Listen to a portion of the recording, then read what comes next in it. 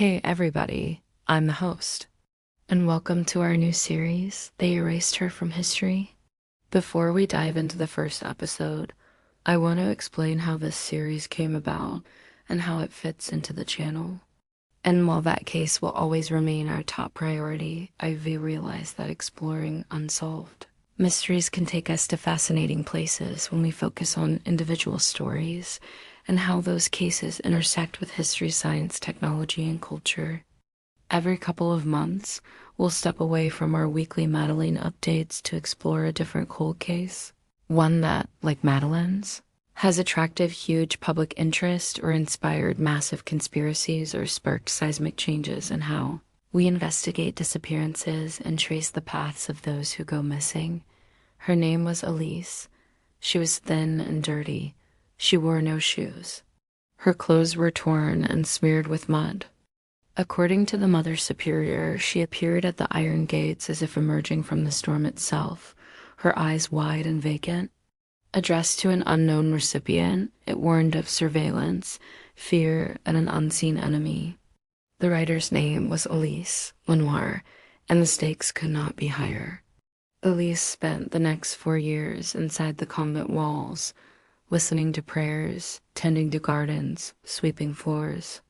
Your generous support allows us to research and produce these videos, which are then free for everyone to watch. If you enjoy our work and would like to help us continue producing high-quality content, please consider supporting us. You can learn more about our membership options by clicking the link in the description below. Thank you for watching.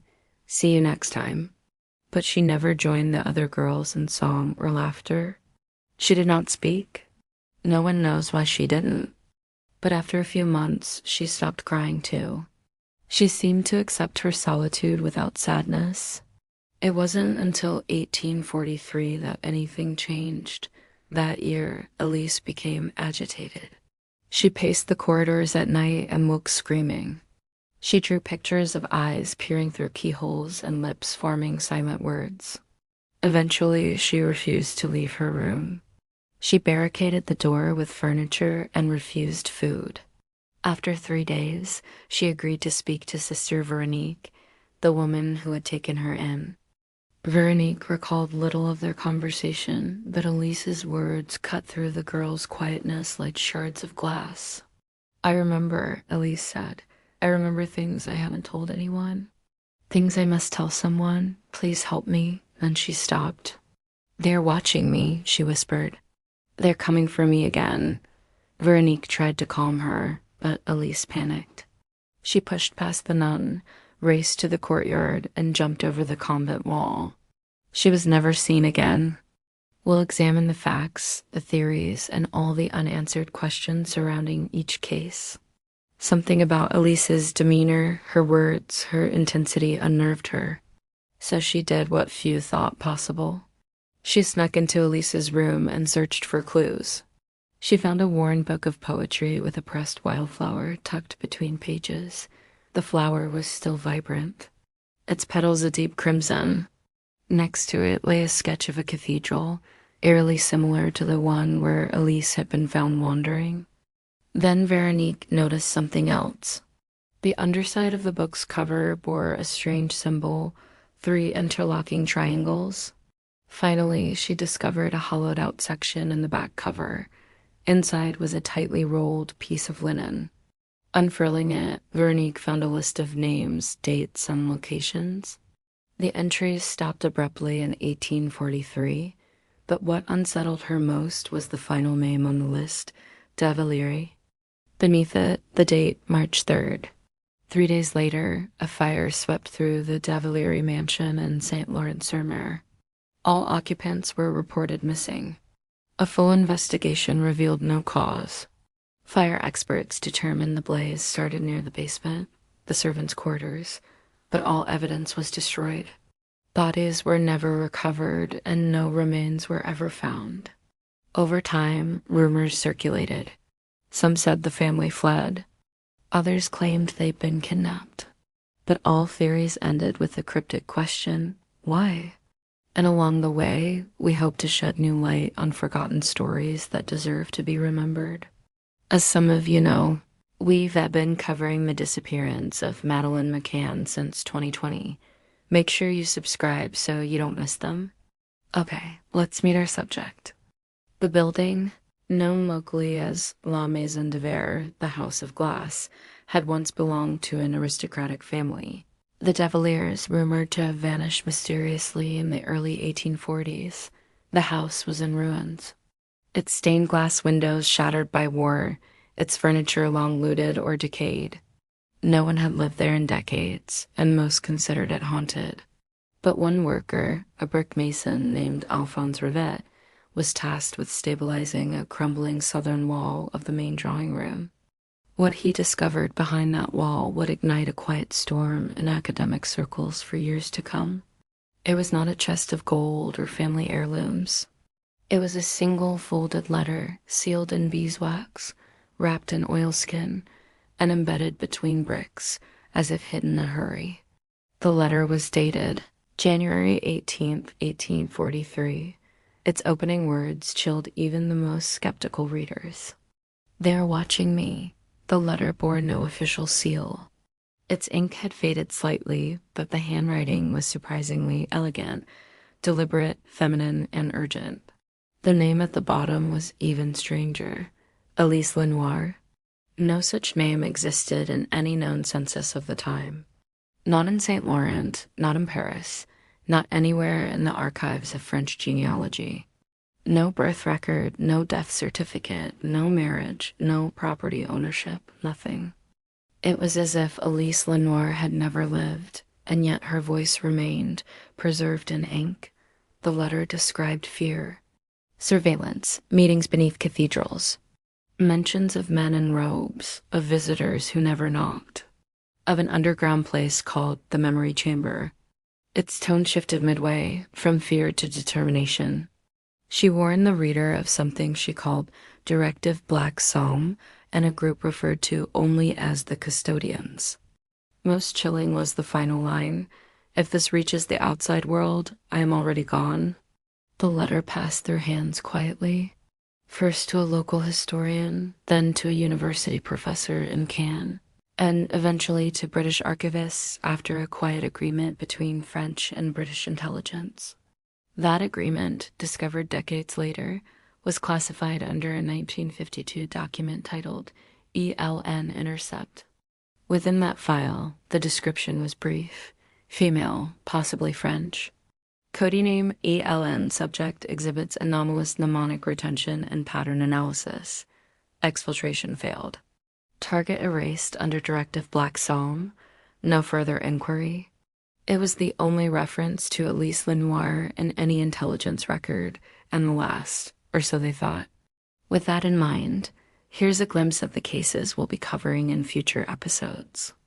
In 1927, in the far north of France, in the small town of Saint-Laurent-sur-Mer, restoration work began on a half-burnt 18th century mansion long abandoned after the Great War. One stormy night in 1839, a young girl entered the grounds of a modest convent near Paris, but while the nuns searched for her and the police investigated, Veronique felt uneasy. Decades later, an enigmatic letter surfaced hidden in the ruins of the very house that burned. Before we finish, I want to say that many thanks to our supporters. It's a descent. We left off with a mysterious girl named Alyssa who seemed to be watching us. Who was she? What was she doing? And most importantly, why did she look like she was trying to tell us something? But shortly after arriving, her father died and then her mother died. They were checking the geological composition of the land as part of a requirement by the French Ministry of Culture. But something strange appeared in the scan, a smooth, hollow void, 30 feet underground, perfectly circular, unbroken, cold. A forgotten scholar with delusions? Or was she something else? A messenger? A guardian? A memory in human form? Her letter warned of the custodians. Her drawings reference memory structures older than history itself. But this is where we'll end today's episode. What do you think is going on here? What do you think is in the chamber? Let me know your theories in the comments, and I'll see you in the next video. Thanks for watching. Subscribe for more.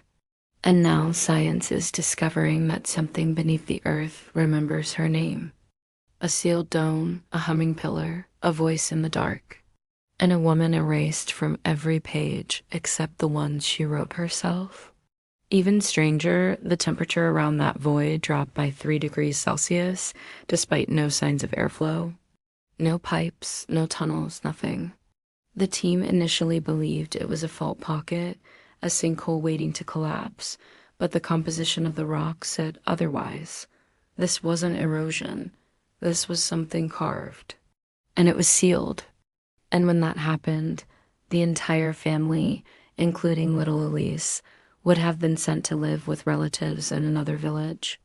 Birds circling in strange spirals, dogs barking at empty fields, watches and wall clocks freezing at 3:07 a.m., all starting again an hour later.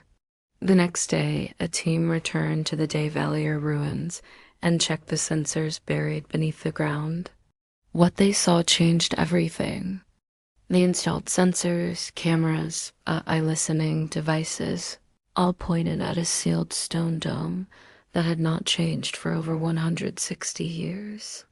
And yet, one night in March 2012, at exactly 3:07 a.m., the system crashed. All sensors failed. Power lost. 17 minutes later, the systems came back online.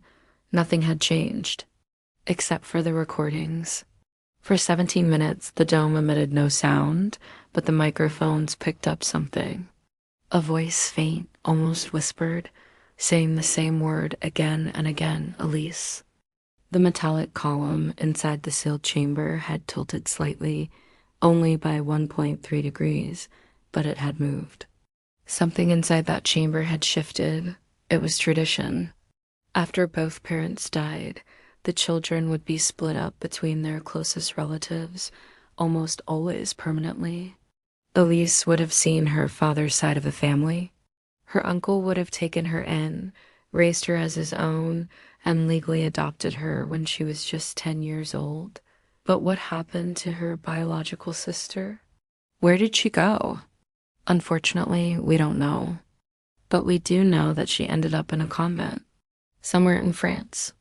It was probably arranged by her uncle, a way to send her away from the family home and keep the inheritance intact until Elise was old enough to take over the estate. It was also common practice at the time to send young girls to convents. Many of them would only stay for a few years, receive a formal education, learn skills to prepare them for marriage. But some would stay forever, becoming full-fledged nuns. And we think that's what happened to Elise. According to the records, she entered the convent in November of 1830, but less than 2 years later, she was gone. The nuns wrote that she was transferred to extended care, but there was no such facility listed anywhere in the region. She vanished. But in 1843, a series of journal fragments appeared. 3 separate historians cited them in their work over the following century, and each of them died under strange circumstances. All 3 were found with similar symbols drawn on nearby paper. But what did the journals say? Here's one verified excerpt. I saw the chamber before I remembered it. I stepped into a place that did not echo, and the stone welcomed me. Not because I belonged, but because I remembered how to knock. She referred to the chamber not as a place, but a memory. She didn't claim to have found it. She claimed to have returned to it. The custodians did not build it. They found it. They are not the gatekeepers. They are the gate. Whoever wrote this obviously knew more than they were letting on. They were speaking metaphorically, clearly referring to something both ancient and powerful. And if that's true, we need to find it. Welcome back. Last time, we met Alyssa Lenoir, a young girl sent away to a French convent in 1830. We looked at her only known remaining artifact, a torn letter hidden in the wall of her childhood home, the De Valier estate. The letter was addressed to her future self, but the message spoke of something far more unsettling. a group called the Custodians, a place called the Memory Chamber, and a warning: do not speak of these things to anyone. They will erase you. And as we searched for answers, we uncovered a chilling piece of evidence that confirmed Elise's story, a geological survey conducted 60 years earlier. It was done on the grounds of the Devereaux estate, commissioned by the man who adopted little Elise after her parents died. And according to the records, it uncovered something incredible. A perfectly smooth, perfectly circular void of earth, 30 feet below the surface, cold, empty, and totally unexplained. It was so bizarre that a second team was sent in. They used sonar. They used ground-penetrating radar. But whatever was in that hole was not natural. It was too smooth. It was too perfectly round. It was too perfectly sealed. The researchers could see nothing. Yet they could feel something. A drop in temperature of 3 degrees Celsius. A chill coming from the cold stone. They called it the dome. They tried drilling through it. They tried acid.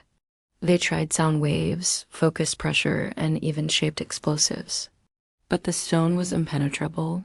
It ignored their efforts. They never broke through. Today, the dome remains sealed. It has never been breached. But even though nothing can get out and no one can get in 1989, one of the seismic sensors on the surface recorded a low-frequency vibration. It was 12 seconds long, coming from inside the dome. It was the only time this ever happened. Then in 1992, another strange occurrence. Somebody somehow got inside the sealed envelope and wrote the date. March, which means that whoever or whatever is in there knows how to read. Whatever is in there is aware. And then the most recent update. In 2006, a book was discovered in the Vatican Secret Archive. It was written in several languages, but the last 3 pages were in an unknown script. Nobody could translate it. Nobody could make heads or tails of it. But it turned out Alyssa knew that language.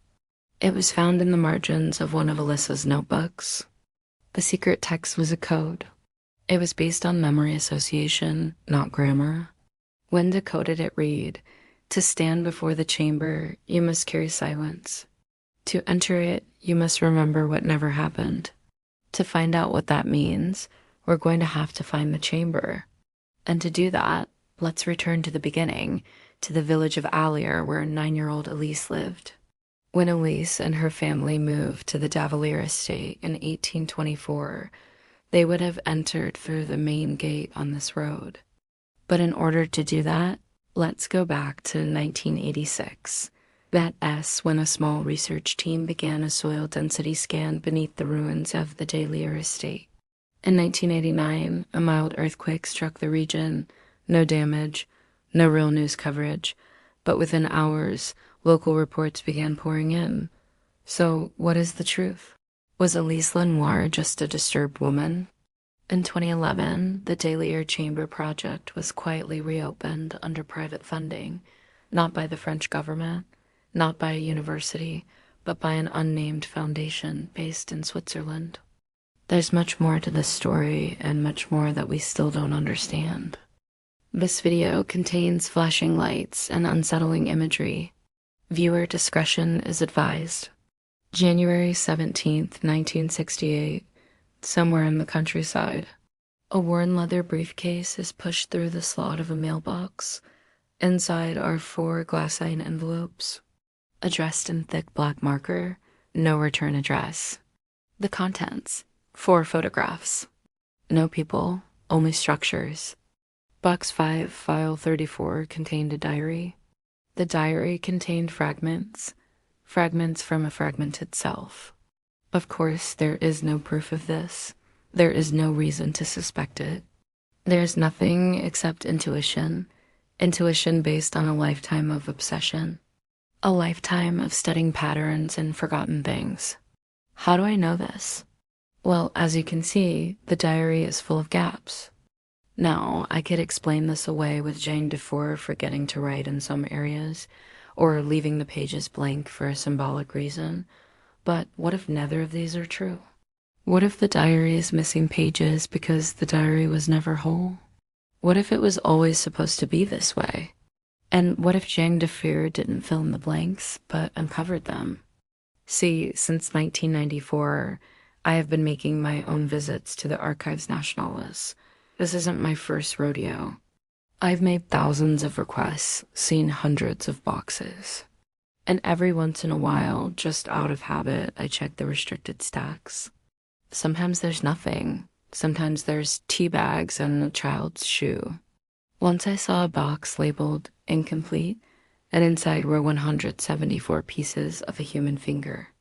But occasionally, just occasionally, I will pull a box out and something will shift in my chest. I will know intuitively that I have found what I was looking for. I have been searching for this feeling my entire life, and I have no idea why. From December 1967 to January 1968, Defoe wrote obsessively stream of consciousness style, about locations that shifted and changed, about sensations that clung to the fringes of perception. On December 24th, he writes, "I found the tower. It waits on a hilltop. The birds do not fly close to it. The sky folds around it. Time is local here. It is not linear, not cyclical, not a grid. It is a net. It remembers more than I can ask." As the diary progresses, the language becomes more erratic. Words cross lines, sentences spin off into parentheses, pages fold in on themselves. On January 14th, Defoe writes, "She speaks without opening her mouth. She smiles without lifting her face. She is made of absence. Her name is Elise. Her name is elsewhere." Then abruptly the diary ends. Defoe does not write of the missing year, but the diary speaks to us anyway. Because while the diary is clearly missing a few pages, it's also clearly not missing a few pages. Something is here where it was expected to be. And in that expectation, we find the first piece of the puzzle. All appear to be abandoned. One shows a crumbling stone tower capped with shattered glass. Another, a hollowed-out iron sculpture, like a cage without a bird. The third, a stretch of road overgrown with moss, broken only by 2 standing stones. The fourth, a section of wall that looks distressingly like human teeth. The nothing.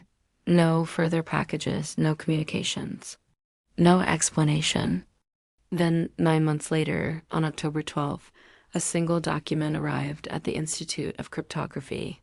Entitled Research Log, Segment Alpha, it detailed the origins of the photographs, or rather their absence. This is because they are not of any location on Earth. They are of places that do not exist. The author, one Jean Defoe, described each site as a residual echo, a physical manifestation of a thought or idea so potent that it was able to imprint itself onto the fabric of reality before fading away. These sites, according to him, are not really here. They are not really there. They are here and there. They are everywhere and nowhere. They are everything and nothing. And in that paradox lies the key to understanding the universe. This discovery would come to be known as the fourth paradox. You may not have heard of it because it doesn't exist. It was recorded in a dream. In order to make sense of this, let's begin with what we do know, which isn't much. First, the author Jean Defoe, a cryptographer, was hired by a private foundation to recover a lost artifact called the Echo Codex. Second, the lost item is presumably similar to the photographs in the package. According to cryptologic circles, the Echo Codex might be real or it might not, but it doesn't matter. The codex is an unknown unknown. Its existence is irrelevant. What matters is the fact that its absence is relevant. That is to say, the very idea of missing something, of losing something, of being unable to recapture or recover something that has an existence of its own. Third, sometime during the search, Defoe was given the photographs and went missing for 7 years. He reappeared on November 1975, presenting a lengthy report, although refusing to discuss the gaps in his memory, As requested, this report was never officially published. But in 1992, after an anonymous donor funded the construction of the Cryptopithecus, a small research library on the outskirts of Paris, the report was declassified and put on display. Because the nature of this report is sensitive and it's still subject to some classification, access to it is extremely limited. Thankfully, however, a copy exists in the Archives Nationales, hiding in plain sight. If you walk past the public cataloging area on the second floor and turn left down the corridor with all the fake plants, you'll see a set of unlabeled doors at the end. Behind those doors is another stack. Too valuable or too dangerous to display, but not too valuable or dangerous to keep. In 1994, 16 boxes were transferred there. Now, this is a curious thing to say, but I am fairly certain that in the year 1968, Jean Dufour walked into the Archives Nationales and took this diary out. This is a French web series that ran between 2016 and 2018. It followed a group of young adults living in modern Paris who unexpectedly find themselves drawn into the affairs of their doppelgangers from 1920s France. Every click, every keystroke is exposed for anyone to see. NORDVPN is an app that protects your online identity by encrypting all of your data before it leaves your device. Their advanced encryption keeps you safe from hackers, scammers, identity thieves. And it doesn't stop there. With servers in 60 countries, NordVPN lets you access websites and content unavailable in your region. Watch movies, listen to music, read news from around the world with just a tap. You can even protect your entire household with NordVPN's new threat protection feature. Enjoy the freedom of the internet the way it should be. Go to NORDVPN.com/Marie or scan the QR code on screen to get started. NORDVPN has a 30-day money-back guarantee. If you change your mind, just contact their 24/7 customer support team and you'll get a full refund. Thanks to NORDVPN for sponsoring this episode. Time travel? Not exactly. More like interdimensional travel where everyone is reincarnated in different dimensions, depending on their own personal desires and motivations. At the center of it all is Agathe, who finds herself connected to Elise, the central figure from our last episode. We'll get to her in a bit, but first, a word from our sponsor, NordVPN. Imagine you're browsing the internet without any protection. So here's our timeline. 1921, Elise leaves her lover a letter. She seals it in the wall of the Devane estate. It is forgotten until 1925, when the building is slated for restoration. Between 1925 and 1930, the building is slowly repaired. During the course of this work, strange events occur, documented in the logs. And sometime between 1925 and 1930, Elise's letter is discovered. Now, it's hard to tell because there are multiple letters written by Elise, but this one refers to a previous letter she wrote to the Delaunay family before her passing. It goes, "And what I write to you now is a sequel to what I wrote before my departure, placed by me beside the cornerstone at the time of the house's construction. My last thoughts, those which accompanied me to the tomb, were of the home which had sheltered my young age. If these panels ever reach your eyes, shed no tears over them. I have known in my life only happiness, and I have only one regret, not to have known it in a wider circle. If a second life would be given to me, I would wish for nothing more than to spend it at Delaunay." The letter's discovery is never officially documented. It's too embarrassing. The papers can't have a clairvoyant medium haunting the pages. But somehow it finds its way to a historian. Name unknown. All we know is that this person took copious notes on everything Elise related, including this letter, which gets dated to 1886 based on a vague similarity to other known letters. But that date can't be right.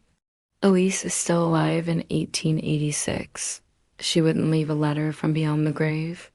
So our historian decides that the year must have been 1921 after she passed. This historian also tracks down Elise's alleged grave, a simple monument in a Protestant cemetery outside the city. Nothing fancy. The inscription is illegible. The exact dates are gone, but they can be filled in easily enough with a little imagination. Here's how her supposed grave looked in 1927, and here's how it looks today. The new inscription reads, Elise Lenoir, born December 1843, died August 1921, the beloved companion of George Delaunay. And here's a fun fact. In the original photograph, you can clearly see the number 1901 on the grave. So did she pass in 1901? Did the author just miss that? Why was 1921 chosen? And how did the dates switch? Who knows? The point is, we cannot trust this historian. But luckily we don't need to, because we have our own primary source for Elise's death. Her friend Gabrielle writes, I learned yesterday morning of the death of poor Elise. She died quietly in her sleep, so I'm told. Mrs. Tillandier will go to the funeral. I hope they will give her a nice ceremony and bury her beside poor George in that beautiful cemetery of St. Leu. This morning, Demoiselle called on me. He told me he had already signed the contract with the notary and will begin the long task of sorting out the estate. He asked me to express his thanks to you for the kindness you showed his mother during her lifetime.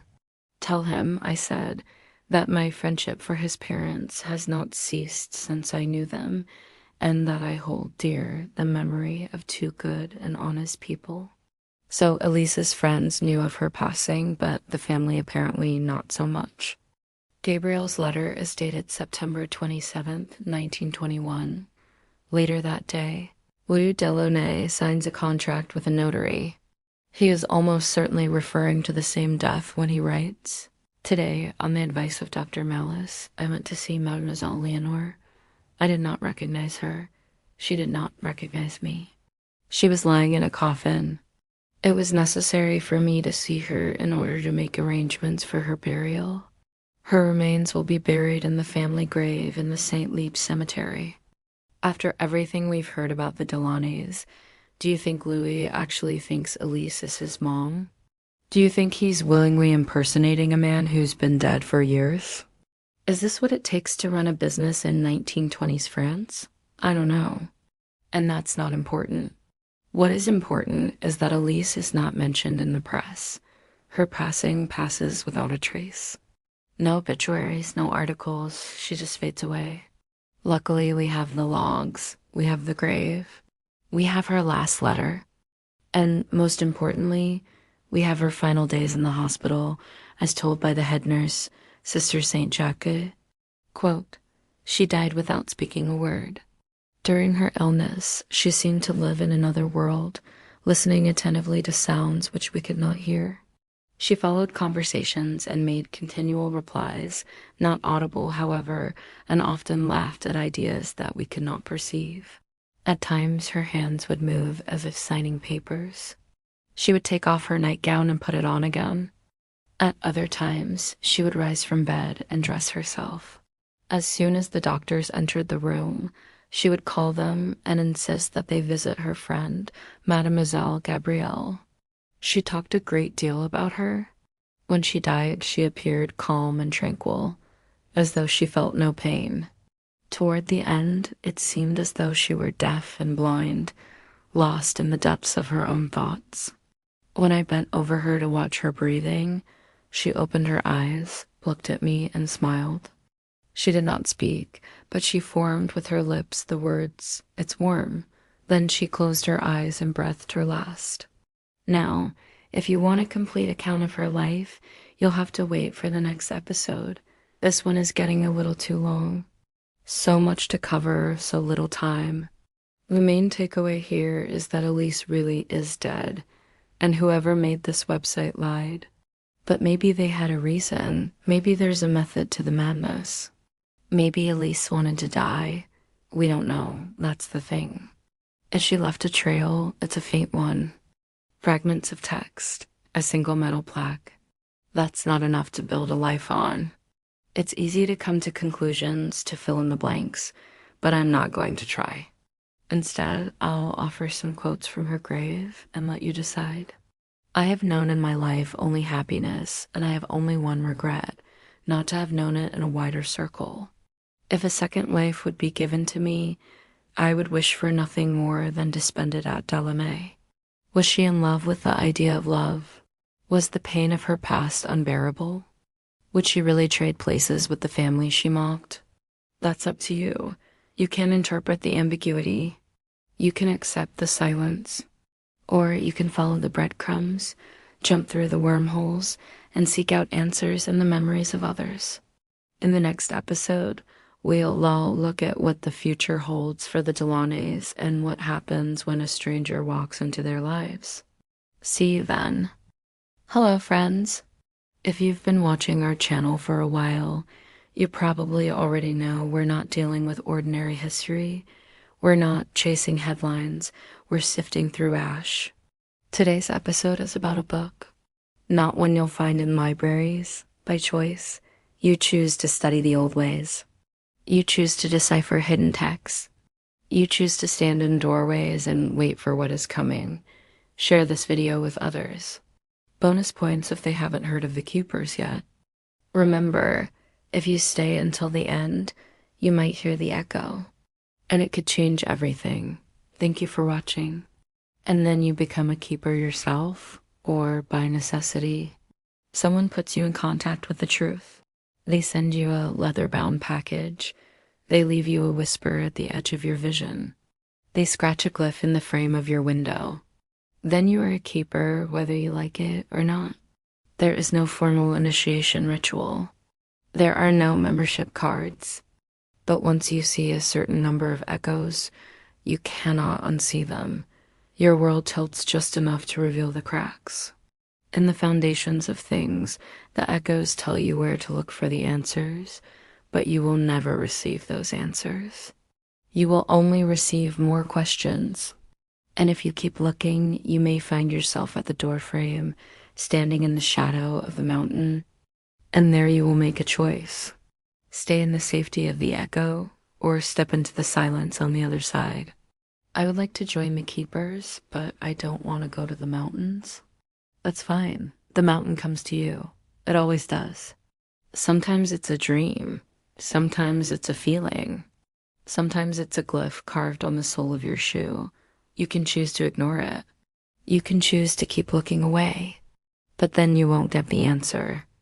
And if you're not ready for the answer, you should never ask the question in the first place, not one with an author, but one that seems to echo. This is the custodial codex. The ironic answer is yes. We know exactly what happened to it. It's right here. Take a closer look. See that burn mark at the top left? The codex was literally burned in half. The rest of the pages were removed from the book and either lost or destroyed. As for the recovered pages, they seem to have been scattered around Europe. One turned up in a monastery library in Switzerland. Another was found tucked inside an ancient Bible at the Sorbonne. One was even mailed to the British Museum, addressed in care of a researcher named Flinders Petrie. Each page took decades to track down. All of them took years to translate. Yet none of the translations seemed to match the originals. Which brings us to the real question. Who is still looking for the codex? Several groups, apparently. French intelligence, for starters, and the Vatican. And a certain academic society whose members are known as the Arbiters. They come from many fields. History, archaeology, linguistics, but all share a fascination with what lies outside our understanding. Some say the codex is a warning. Others say it's a guide. But all agree, we need to be listening. The first known reference to the codex appears in 1851, no publisher. No cover, just a leather-bound volume mailed anonymously to the Prussian Academy of Sciences. It contained 37 pages. Most of them blank, but what was on the pages was strange. Ink spirals, reflected writing, water stain diagrams. Repetitions of a single phrase over and over. The psalm is not sung. It is withheld. The researchers at the time dismissed it as a prank or a lost occult manual. But one footnote in the 1852 records caught someone's attention. Written in faded pencil, almost as an afterthought, ink matches sample taken from recovered Lenore manuscript, 1843. It was Elisa's handwriting, or at least someone mimicking her perfectly. So what is the custodial codex? No one knows, no index, no introduction. But over the next century, 5 more partial copies surfaced. Each one slightly different, some with different symbols, some with extra pages or fewer. Each one contains this repeated phrase, Black Psalm Protocol, initiated but never sung. What does that mean? Theories vary. Some claim the codex is a ritual script meant to activate something. Others say it's simply a decoy, a distraction, a cipher. But here's where it gets stranger. Every person known to have studied the full codex for more than 13 days reported the same dream, a tall stone doorway, set in the side of a mountain, no handle, no lock, and the sense that something on the other side was waiting. One professor at the Sorbonne described it this way: I don't think I was meant to read it. I think the book was reading me. He left academia 6 months later. He declined all interviews. He now lives on the outskirts of Marseille and refuses to enter buildings with vaulted ceilings. Of the 6 confirmed versions of the codex, 1 was destroyed in a fire, 1 went missing in transit, 1 was sealed by the Vatican, 1 resides in a private collection in Zurich, 2 were scanned by intelligence services during the Cold War. None of the digital scans are publicly accessible. Now we return to Elise. Her name is never mentioned in the codex itself. But in the Zurich copy, found in 1978, one small note was found in the inner margin of page 22. The custodians do not speak, they inscribe. And beneath it, a line of mirrored Latin, verbum non dicitur, vestigium remanet. The word is not spoken. The trace remains. This seems to echo Elisa's letter, where she warned that the message was not the glyph, but the doorframe. Again, we are not given meaning. We are shown patterns, symbols, empty spheres. So what is the Black Psalm? No one knows. It is referenced 7 times in the codex, never explained, only withheld. A quote from page 31. It was not sung, and still it echoes. The sound is shaped by silence. That is the psalm. Some believe it as a metaphor, others believe it as an anti-ritual, something not meant to be performed, but preserved in absence. A blueprint of what must not be remembered. In 2002, a low-resolution photo leaked online showed one of the codex pages. It featured a circular symbol surrounded by 12 dots. Internet theorists quickly connected it to ancient lunar calendars, Mesopotamian myth, and obscure musical scales. But one user, posting under the name Alien1843, simply wrote, "The circle is not time, it is containment." Their account was deleted the same day. The IP was never traced. In the end, we have a book with no title, no author, no confirmed purpose, but one that shows up in the margins of forbidden texts, in the pockets of vanished people, and in the story of Elise Lenoir. Whether she wrote it or remembered it is unclear, but she warned us about the custodians, and the codex has their fingerprints all over it. Now let's take some of your questions. How does one get into the keepers? Here's one I got a lot. Does anyone know what happened to the original custodial codex sent to the Prussian Academy? The best way to support our work is to engage with our content. Hit the thumbs up button. Subscribe to our channel. Comment below with your thoughts and questions. We explored the quiet disappearance of Dr. Jean Vaillant, a man who believed memory could be buried, not in the mind, but in the floor beneath a forgotten mansion. Today, we go farther back to where it began. at least for her. To the convent, where Elise Lenoir was raised, and the rooms that no one has entered since. This is the East Wing, the convent of Saint Ouen, located in the countryside near the outskirts of Paris. Was founded in 1723. It was a simple place, white stone, unadorned hallways, and a rule of silence after 8 p.m. It housed 42 nuns in 1839, and, for a time, one orphan, Elise Lenoir, age 19. No last name on file. No birth certificate. Just Elise, written in blue ink beside the word, foundling. She was placed there after the execution of her father, a mathematics professor involved in political dissent. Her mother had died during childbirth. No one came to visit. No one claimed her, but the records show this. Within 4 weeks of her arrival, the sisters moved her room. From the west dormitory to a small chamber at the far end of the east wing. At first, it seemed a kindness. She was given solitude, quiet, but in a 1904 oral history conducted with one of the surviving nuns, Sister Veronique, something strange emerged. She recalled Lisa, speaking rarely but precisely, and when she did speak, she sometimes used languages no one understood, not just Latin or Greek, but shapes and sound. As Veronique called it, her most unsettling memory.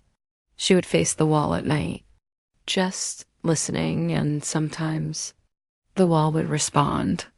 This wall, Veronique explained, separated Elisa's room from the old scriptorium, a disused copying room that had been sealed since 8/11 due to fire damage. No one was allowed inside. And yet, on 3 occasions, sisters reported hearing a soft ticking, low voices like recitation, and once, a single bell. Though no bell remained in the room, the abbess believed it was the wind. She dismissed all of it until the 4th incident. On February 14th, 1840, a young novitiate named Colette entered the East Wing early to clean. As assigned, she never finished. She was found an hour later in the hallway outside Elisa's room. She was unharmed, but refused to speak. She would not re-enter the wing. A short note appears in the convent log, eyes dilated, skin cold. Uttered one word, remembered. Colette left the convent that same week. She never gave further comment. Following this incident, 3 other sisters requested removal from the East Wing. Not because of danger. Not because of Elise, but because, as one nun put it no longer felt indoors. That nun, Sister Agnes, added something else in a letter. We were on the wrong side of the walls.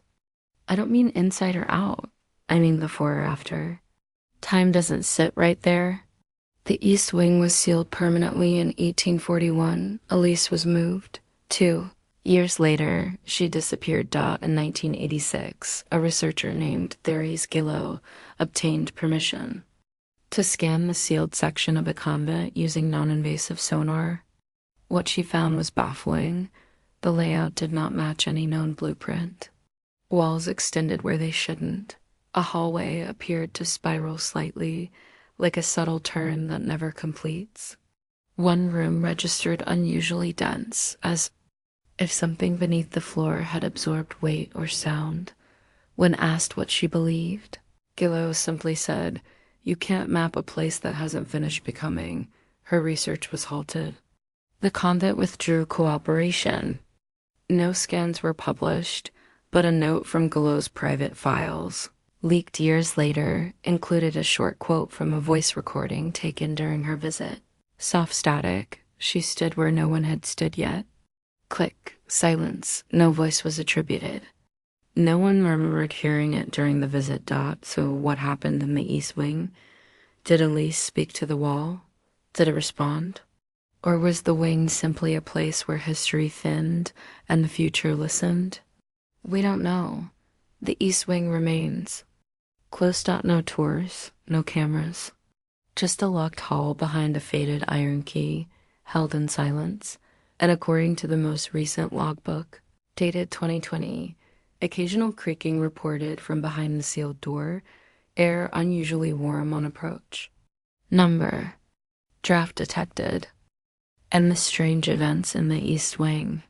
A room sealed in silence. Today, we turn to paper, to ink, to words written with no recipient, and no return address. They are known as the echo letters, and they may have known what hadn't yet happened.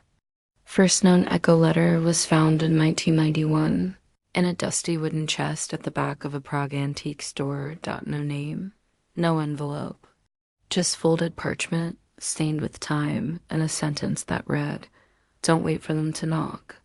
The door will remember you." The shop owner, unaware of its origin, included it for free with a customer's purchase of an old lockbox. 3 weeks later, that same customer, a Czech linguist named Magdalena Zimek, posted a short article online. In it, she claimed that the handwriting on the note matched samples from a Les Lenoir's recovered letter, and that certain phrases seemed to mirror historical events that hadn't occurred at the time of writing. Over the next 12 years, more letters surfaced, always under similar conditions, tucked inside hollow furniture pressed into the backs of old paintings, rolled into candle molds, or binding seams. Each shared 3 traits: no address or salutation, vague but urgent phrasing handwriting. Eerily similar to Elise's 1843 letter, some read like warnings, others like instructions. A few simply said things like, "Tell him not to answer on the second ring," or "He already placed it in the wrong drawer." All were undated. All were unsigned until the 6th letter. That one was found in a hollowed out chair frame at an estate auction near Geneva. I read, "The memory isn't stored, it's echoed. That's how it finds its shape." And beneath it, in small script, L, of course, there are skeptics. Some argue the letters were forged by a fan of the Elise legend. Others believe they're simply old nonsense notes. Almost a TTRIBUTED. But one detail troubles even skeptics. Several echo letters describe things that hadn't yet happened at the time they were discovered. Let's look at 2 examples. Echo letter. Number of found 2004. Discovered in the lining of an 1880s music box in northern France. The note read, "He will look for her on the 14th, but she's not lost. She's ahead." In 2005, a private researcher named Alan Truffaut traveled to the De Villiers ruins on October 14th, unaware of the note's wording. He was there to look for evidence of Elise's whereabouts. But his vehicle's dashboard camera recorded something odd. His watch, mechanical, wind-up skipped ahead by 47 minutes. During a moment of static interference near the southern wall, he didn't notice until reviewing the footage later. He logged the occurrence as magnetic irregularity. But when shown the letter after the fact, he reportedly went silent for 48 seconds and said only, "She's not behind us." Echo letter number 19, found 2011, found in a disintegrating French ledger during renovation of a rural schoolhouse. It read, "They will forget this place, then rediscover it in dust," and ask the wrong question. In 2012, a student at that same school uncovered an old trapdoor beneath the floorboards during a class project. Underneath, nothing, just a hollow. But within the next month, 3 separate researchers visited the school. Each asked the same question: was this connected to the De Villiers fire? It wasn't, not by records, not by location. But the echo letter had predicted the phrasing exactly. So how do we explain these letters? Some believe Elise wrote them while in some altered state, or that they were planted by the custodians as part of a disinformation campaign. Others believe the letters are not predictive but reactive, that they respond not to time but to presence. To the one holding them. As one anonymous note collector said, the letters change weight. Some feel heavier after you read them, some feel lighter. No scientific proof supports this, but the phenomenon continues. In 2020, a final echo letter emerged. It was found inside a hollow banister in Prague, the same shop where the first had appeared. 29 years earlier. It read only, "Part of her stayed." Not to warn, to listen. The handwriting has not been authenticated, but the triangle stamp, faint in the upper right corner, matches the one found on Elise's original 1843 letter. It has not been made public. The shop no longer exists. Whether the letters were sent or received is unclear, but they suggest a chilling idea that Elise's voice wasn't silenced. It was scattered, and that she isn't trying to tell us something. She's trying to hear if we've remembered. Strange, unsigned notes that seemed to arrive before the events they described. Today, we turn to a different kind of record. Not a letter, not a journal, but a file, hidden in the French intelligence archives, misfiled, unlabeled, redacted almost to the point of erasure, but one phrase remained intact. Subject remained stationary. Self-identifies as the listener. This is part 9. In the name given to a figure who may not have been Elise Lenoir, but who knew her words before they were ever written. The archive in question sits beneath a government annex in Marseille, labeled simply Préfecture des Dossiers Spéciaux, the Special Files Prefecture. It was closed to the public in 1978. Digitization was partial. Cataloging incomplete. In 2013, a civil clerk named Noemi Garrel uncovered a box of materials marked with a black triangle and the word inaudible, stamped in faded violet ink. Inside were 47 pages. 29 of them were blank. The remaining 18 were redacted, entire sentences whited out, names removed. But one file, labeled subject #E-11, included a transcript of an interview dated 1961. The subject never gave a name, but stated only, "I listen, that's all. I listen so she doesn't disappear." They referred to themselves as the listener. According to the file, the subject had been found standing still on the 3rd floor of a condemned building in Arles, the former site of a botanical observatory. They wore outdated clothing, spoke softly, responded only to questions about sound. The report mentions no identification, only that the subject had in their possession a metal fragment shaped like a crescent, a torn piece of fabric marked EL, a notebook entirely filled, with times and tones, no words, just sequences. Each entry structured like this: 1412, 3.1 Hz, 1414, 3.1 Hz, 1416 to 4.9 Hz, skip, 15 o'clock. Silence. This pattern repeated over 23 pages. When asked what it meant, the subject said, "She speaks between." One page of the file refers cryptically to something called the voice mirror, a field device, perhaps. An acoustic sensor? No description is given. Only one note in the margin, no reflection. No echo, still she hears. This phrase appears again later in a seemingly unrelated report connected to the excavation of the Develier site in 1963. There, beneath a sketched blueprint of the sealed chamber, the same phrase is handwritten.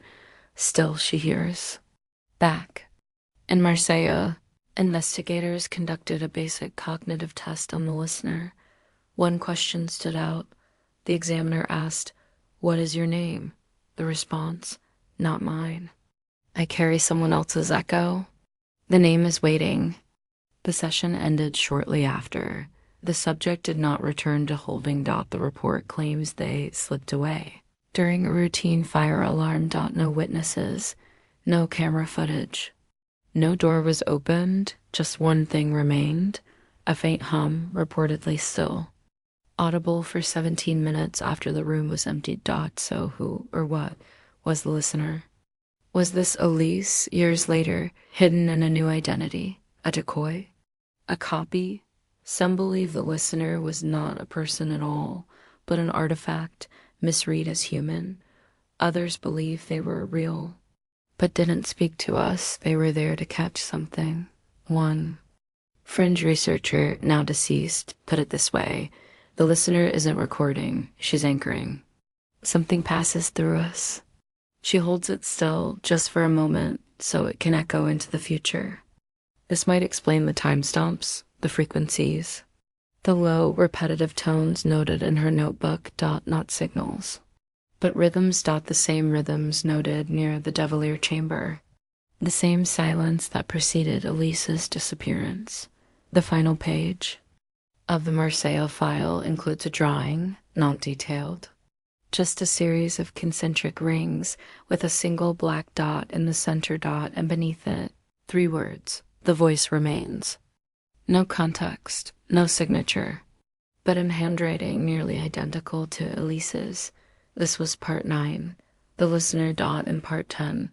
We examine a set of reels discovered in a locked room of a Czech university basement, reel-to-reel tapes labeled ELN, PSAL fragments, containing only silence, broken by single seconds of reverse breathing dot. Until then, remember, some voices aren't spoken aloud, some are held so that others may remember. A figure found with no identity, no records, and no intention to speak, except to say she speaks between. But what if there were sounds, real recordings, that were never meant to be heard at all? In this episode, we examine a strange set of reel-to-reel tapes, unlabeled, undated, unexplained dot, known only by the tag scrawled across their case. ELN PSLM fragments, these are the psalm tapes. The reels were discovered in 2017 inside a locked storage room beneath the Department of Theology at a university in Brno, Czech Republic.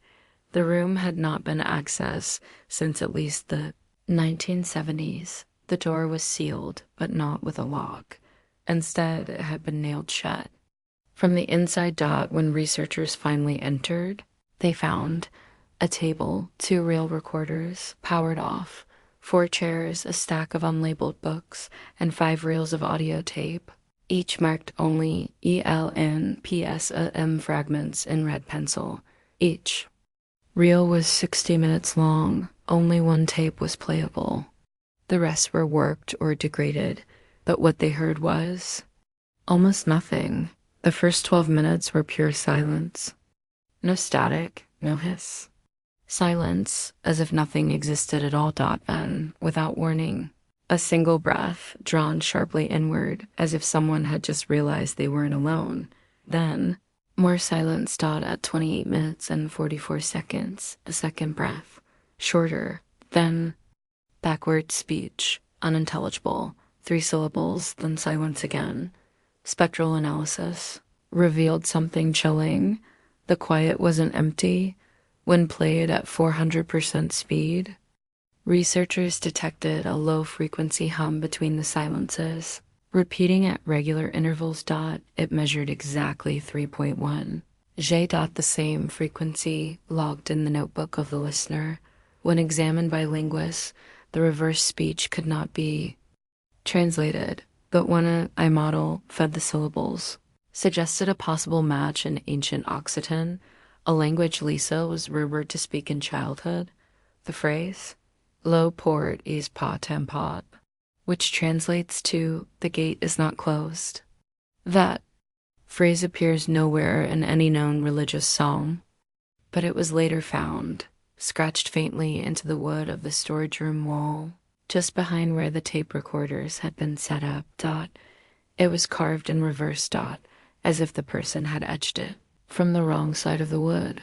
More disturbing still, the tape material itself. It appeared to be non-standard. The oxide layer shimmered under light, not black or brown, but a faint, iridescent green. Lab analysis showed traces of beeswax and oil embedded in the tape, as if it had been soaked or preserved. This is chemically impossible for audio preservation, and yet The one working reel played back perfectly on a vintage machine. As if it had never aged. So what are the psalm fragments? They are not songs. They are not prayers. And yet, they feel like rituals, not for performance, but for remembrance. Some believe they are psychic residue, that Elise's presence or voice was recorded without her knowing, the way sound might imprint itself into stone or wood or magnetic tape under just the right conditions. One researcher called it an audio fossil, a breath that didn't want to be forgotten. Another theory: the tapes weren't recorded at all. They were played before they were made. And machines simply remembered the sound of the 5 tapes found. One was playable, 2 had warped magnetic fields, 1 had no magnetic coating at all, yet weighed the same as the others, and 1 was missing. The empty spool was there, but no tape. Inside the box for the missing reel, a slip of paper. Psalm 6, she did not leave. She leaned backward through the seam. The university has not commented on the discovery. The tapes have since disappeared, loaned to a private research foundation, and never returned. But a leaked memo from a staff member at the archive includes this final note: we played it, but we're not sure when it finished. The recording is 60 minutes, but we lost 3 hours. What is the gate that isn't closed? What is the breath that keeps echoing? Is it Elise or the memory of her? We don't know. But someone left those tapes, not to warn, not to teach, but perhaps to say, I am still listening. Reel-to-reel recordings of breath and silence, discovered decades after Elise Lenoir disappeared. But there is another trail, filed under secrecy, redacted in ink, and scattered across multiple nations during the Cold War. It was called Project Black Psalm. Officially, it never existed. But its fingerprint is everywhere. And Elise's initials, ELN, appear again at the very edge of its black files. This is part 11, and the experiment that may have erased more than just memories. Black PSILM first appears in a declassified fragment dated March 1962 from the UK's Ministry of Defence. It describes a silent recall protocol, a training exercise intended to increase information retention in agents working under deep psychological stress. The theory: that silence itself, prolonged, isolated silence, could reshape cognition, that by removing external input, a subject might start to hear patterns already buried in the subconscious. It was not a theory based in science. It was based on an anonymous letter filed in 1961. No return address. One sentence: she remembered what was not hers because no one told her to forget. The note was signed ELN. Project Black PSILM was born 3 months later. The mission: to identify human subjects who could process signals without receiving them. In other words, to detect information in silence. Only 17 subjects were tested. Only 1 remained after the first phase, known only by a coding name, Chamber 9, according to a 1973 redacted report. CHAMBER9 underwent isolation training in a soundproof steel room buried beneath an RAF communications hub for 49 consecutive days. The subject received no sound, no light, no written instructions. Food and water were delivered through sealed compartments.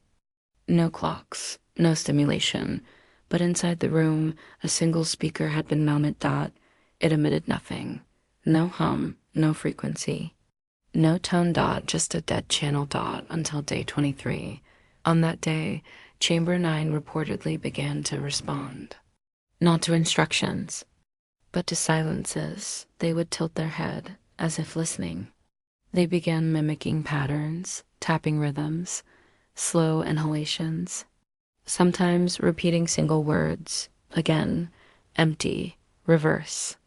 Before Elise, that final word, Elise, was never spoken to the subject. It was not in their briefing.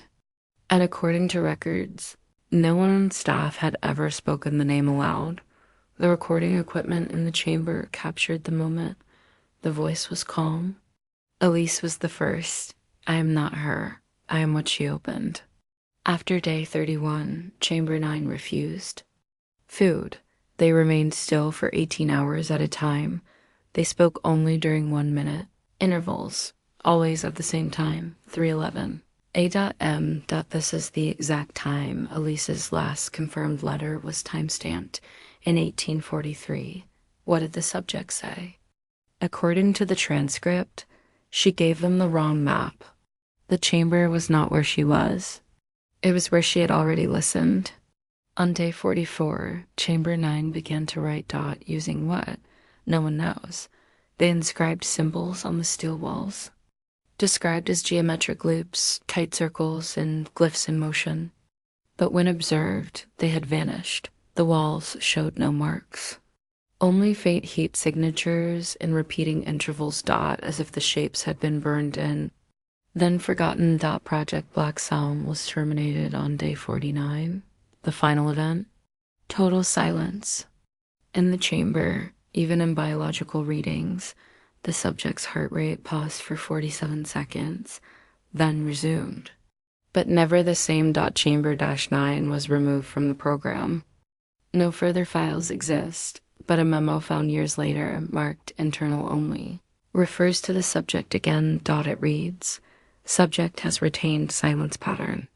Responds only to known glyph orders. Periodic murmurs. The vault heard her.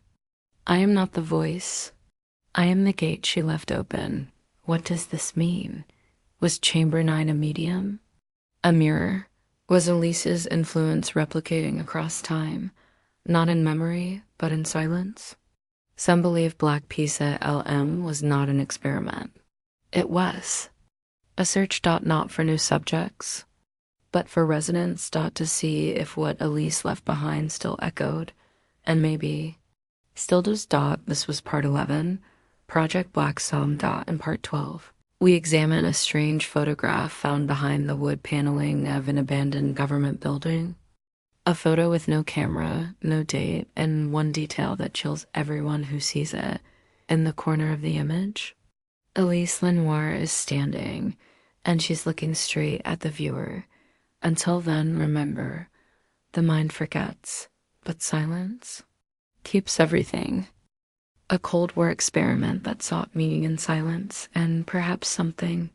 Listening back, today we turn to an object, a photograph. Not one listed in any archive, not stored in any official collection, and not taken with any known camera, but it exists. In the corner of the image, standing perfectly still, is Elise Lenoir looking not at the scene, but at you. The photo was discovered in 2009 during demolition of an abandoned administrative building in Lyon, France, once used by Interior Ministry officials in the early 1900s. Behind a wood panel near the north stairwell, a sealed envelope was found. The paper had yellowed. Inside was a single black and white image, 10 centimeters by 15 cm. It was not printed on photo paper, but on linen-backed parchment, a format more common in drafting than photography. No notes. No stamp. Just a small symbol penciled on the back, 3 interlocked triangles. The mark of the custodians. The photo's content is simple. A narrow room, a stone archway in the center, a single chair, tipped over, a shadow stretching unnaturally across the back wall and in the left corner. A woman. Mid-30s, wearing 19th century clothing, standing straight. Hands by her side. Face tilted forward. Eyes locked on the camera. No blur. No grain. As if the photo had been taken yesterday, the woman is Lisa Lenoir, and there's one problem. No photograph of her has ever existed. Researchers ran facial comparison software using sketches and recovered facial descriptions from convent logs. The result was a 94.2% match, but the real mystery lies deeper.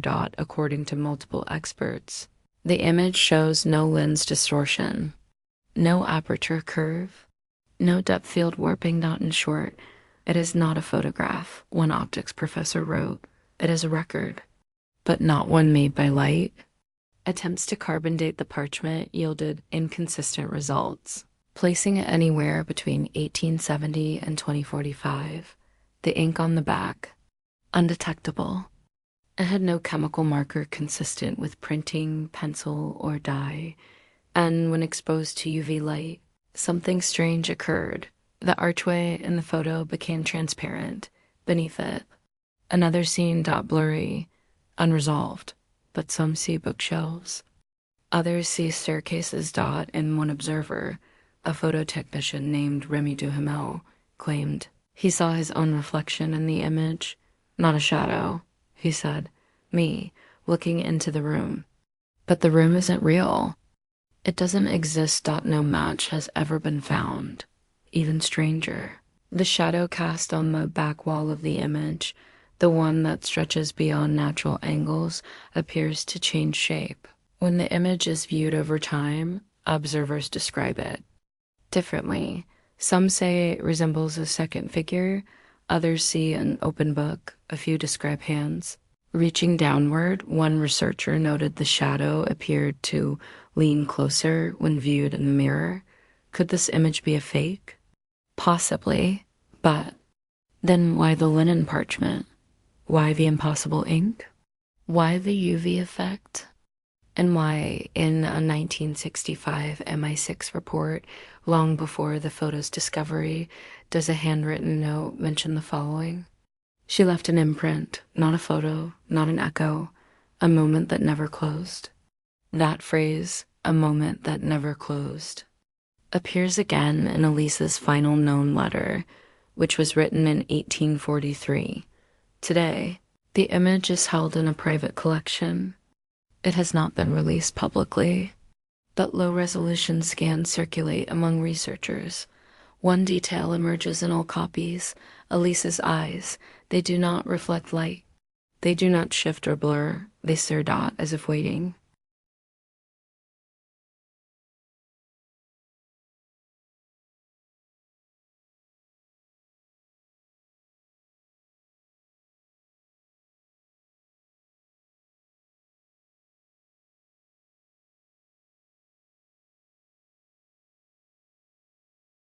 Historian who believed that Elise Lenoir left something behind, not in her letters, not in her sketches, but beneath the Devalier estate itself. This is the case of Dr. Jane Valent, and the floor that wasn't a floor at all. Jane Valent was a professor of historical cryptography at the University of Lyon, quiet, disciplined, unmarried, known for his work translating apocalyptic manuscripts, and failed a PhES. In 2008. He requested access to the restricted restoration logs of the Devalier mansion, the same ones we examined in Part 4. At first, it was believed he was researching restoration architecture, but within weeks he had cross-referenced over 200 entries by hand, looking for a pattern in the floor plans. He told no one why, but in an email sent to a former colleague, later recovered by investigators, he wrote, "The missing pattern is not in the ceiling. It is underfoot. They mismeasured." They didn't see it. I think she saw it. Elise. By 2009, Valent had created a layered map of the mansion, combining pre-1843 blueprints with post-fire restoration notes. He presented it to no one, but he uploaded a single image to a private server titled Plan Inverse, Revised South Lattice. The image showed the floor beneath the drawing room, but rotated 180 degrees as if mirrored. He annotated 4 shapes, squares, each the same size, each placed exactly where support columns were not present. He labeled them A, B, C, and D. Then he vanished. The official records say Dr. Jane Valent failed to return from a field trip to the Devalier site on October 11, 2009. Last seen at 5:14 p.m., entering the restricted grounds via side access. Security footage cuts out for 27 minutes. His vehicle remained parked overnight. No signs of struggle, no signs of theft. His laptop, left in the back seat, was open. The screen read, "I can hear it under me. Search teams found no trace." Of him. No clothing, no blood, no footprints. Just one thing out of place, a small, clean circle of dry earth, 2.4 meters wide, where the ground had settled inward. As if it had been stepped on gently from below. What did Valent believe? His notebooks, recovered from his apartment, were largely illegible, scribbles, arrows, dates, but one repeating phrase appeared in several pages. "The fourth plate isn't aligned, that's why it sings." It's unclear what he meant, but some believe plate referred to hidden architectural slabs beneath the chamber floor, and that singing was not literal, but perceptual. As if something was humming under the foundation. An anonymous tip submitted to a lion. Newspaper in 2011, never verified, claimed the following: Valent decoded a rhythm. Not words, a sequence. He believed Elise had once stood on plate D and that it remembered her. He wanted to stand there too. No one knows who submitted that message, but it was signed only 8 years later. During a private expedition to the Devilier site, ground-penetrating radar revealed something odd beneath the original floor, roughly 3 meters. Below, centered perfectly under the drawing room, is a circular imprint, not a void. Not a tunnel. An imprint, as if something had once been there, or still is, pressed softly against the stone from the underside. The team called it the echo basin. They were unable to explain it, or measure it, or mark it on GPS. Because when the sensor moved, it didn't appear again, like it only revealed itself. Once, Elise once wrote, "The chamber is not where you go, it is where you are recognized." Valent may have believed that standing in the right place, at the right angle, in the right memory, would trigger something. Not an opening, but a response. If true, we may never know what that response was. Because Jean Valent is still missing. No plaque marks his absence. No one speaks his name in lectures. He has no memorial. But the floor remembers him, and perhaps. So does something beneath it. This was part 6, the floor beneath the floor. In part 7, we'll examine the strange events at the St. Ouen convent, where Alyssa spent her childhood, and why 3 of the nuns who raised her refused to enter the East Wing ever again. Until then, remember, some places don't open with keys. They open when you arrive.